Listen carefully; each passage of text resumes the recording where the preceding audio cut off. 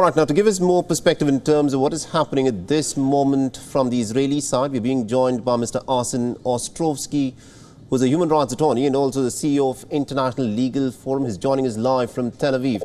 Now, Mr. Ostrovsky, looking at what has happened since this morning, the fact that several thousand rockets have been fired from the Gaza Strip into the state of Israel, it raises some very inconvenient questions because essentially the Gaza Strip has been under a blockade by Israel for the last several years. Everything that comes in and out of the Gaza Strip happens under the watchful eyes of the Israelis.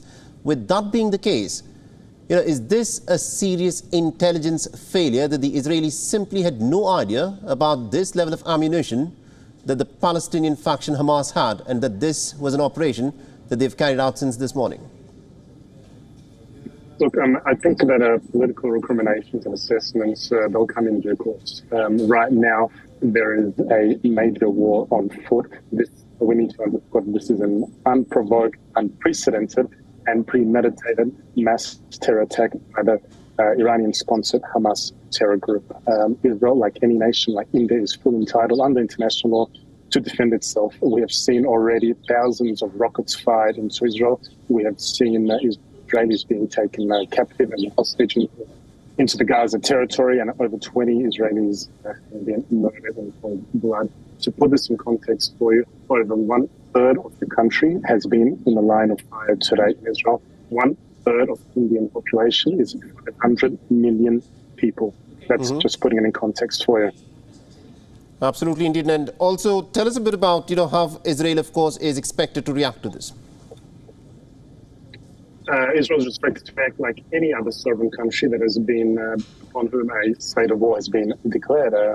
Israel has every right under international law and, moreover, a duty to defend its citizens and to do whatever actions that are necessary. The primary concern right now is to secure border towns that have been infiltrated by Hamas terrorists, and then, of course, to also recover the hostages and the captives. And we know that already that Israeli air forces and military are striking Hamas targets in Gaza. I believe that this will not be a short campaign. We are in some very difficult and challenging days ahead.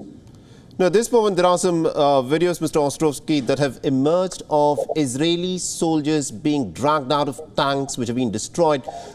This reportedly has happened at the Israel-Gaza border.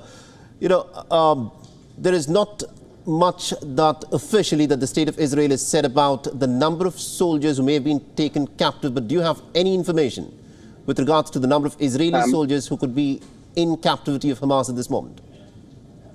No, I don't have those figures, and nor have they been officially released, but I would just underscore that it is most likely not only Israeli soldiers, but also civilians, and that is important to underscore. Where there have been videos and images and footage of Hamas terrorists infiltrating homes. Imagine someone with a gun, with a rifle, literally infiltrating your apartment, your home, and taking your family, your children hostage into Gaza. That is what we are seeing today. The videos are just heartbreaking, they're just jarring, and this is the kind of Islamist jihadist enemy that we're dealing with. Right. Now, the Palestinian Authority's President Mahmoud Abbas has said that the people of Palestine have a right to defend themselves. And he also said that the reason why this attack has happened is because of the activities of the illegal Israeli settlers on Palestinian lands. How do you respond to that charge? I think, yet again, Mahmoud Abbas has just underscored his utter irrelevance. He is really, quite frankly, no different to the Hamas, except he wears a suit. That is the only difference. Mahmoud Abbas could have shown leadership. He could have condemned, Hamas could have condemned these acts of terror, but instead he has chosen to side with Hamas. That is supposedly Israel's peace. That is who we are dealing with. And one of the criticisms that in the past has been leveled against Israel is any incident that happens, Israel resorts to collective punishment of the Palestinian people. Is that what we are likely to witness again?